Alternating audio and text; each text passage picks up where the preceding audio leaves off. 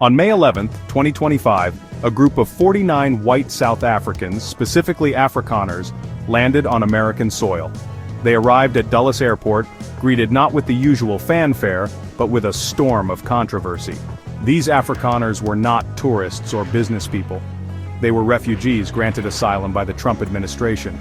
This decision, unprecedented and unexpected, sent shockwaves across the globe.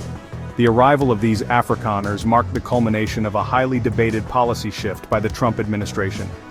It raised questions about the very definition of a refugee and the criteria for asylum in the United States. More importantly, it shone a glaring spotlight on the racial dynamics at play, both in South Africa and in America.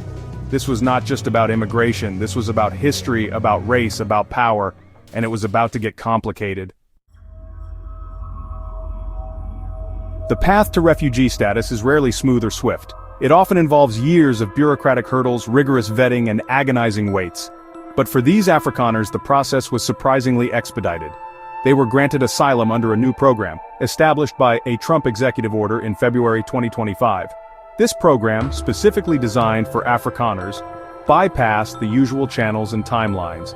It allowed for the resettlement of those claiming government-sponsored, race-based discrimination in South Africa. The criteria were broad, encompassing claims of property confiscation, economic hardship, and fear of persecution. The speed at which this program was implemented and executed was remarkable. Within 3 months of its inception, these Afrikaners were on American soil, their refugee status secured. This rapid turnaround stood in stark contrast to the experiences of countless refugees from war-torn nations languishing in camps, their pleas for asylum seemingly ignored. It seemed the Trump administration had found a way to expedite the process, but only for a select few.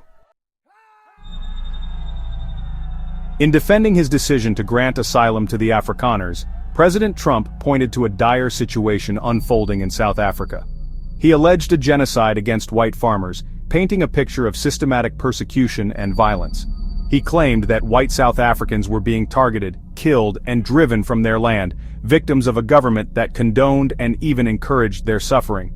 Trump's rhetoric was inflammatory, drawing parallels to historical atrocities. He insisted that his actions were not racially motivated but rather a moral imperative, a duty to protect a persecuted minority. He pointed to statistics on farm murders and land expropriation, framing them as evidence of a calculated campaign against white South Africans. He accused the South African government of turning a blind eye to the plight of its white citizens, of failing to uphold their basic human rights. His message resonated with his base, fueling a narrative of white victimhood and stoking fears of a similar fate befalling white Americans. Section 4. South Africa's rebuttal. The South African government wasted no time in responding to Trump's accusations. Their response was swift, sharp, and unequivocal.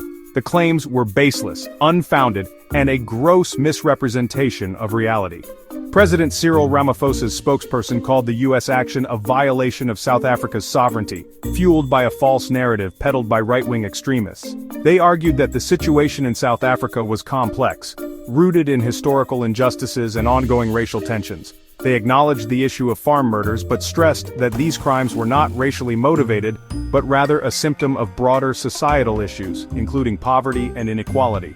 They pointed out that crime statistics in South Africa were not categorized by race, making it impossible to substantiate claims of targeted violence against white farmers. The South African government maintained that its land reform policies, while controversial, were necessary to address historical imbalances and promote racial equality. They argued that these policies were being implemented through legal channels, with fair compensation offered to landowners.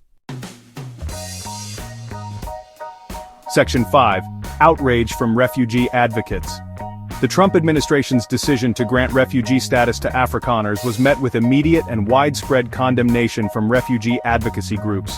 They accused the administration of hypocrisy, of prioritizing a white minority over millions of refugees fleeing war, famine, and persecution in other parts of the world.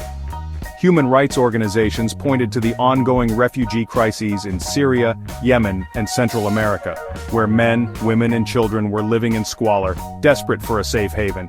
They argued that the resources and attention devoted to the Afrikaners' resettlement could have been used to assist those in far more dire need. Senator Jean Shaheen, a Democrat, joined the chorus of criticism, calling the move a new low for the Trump administration.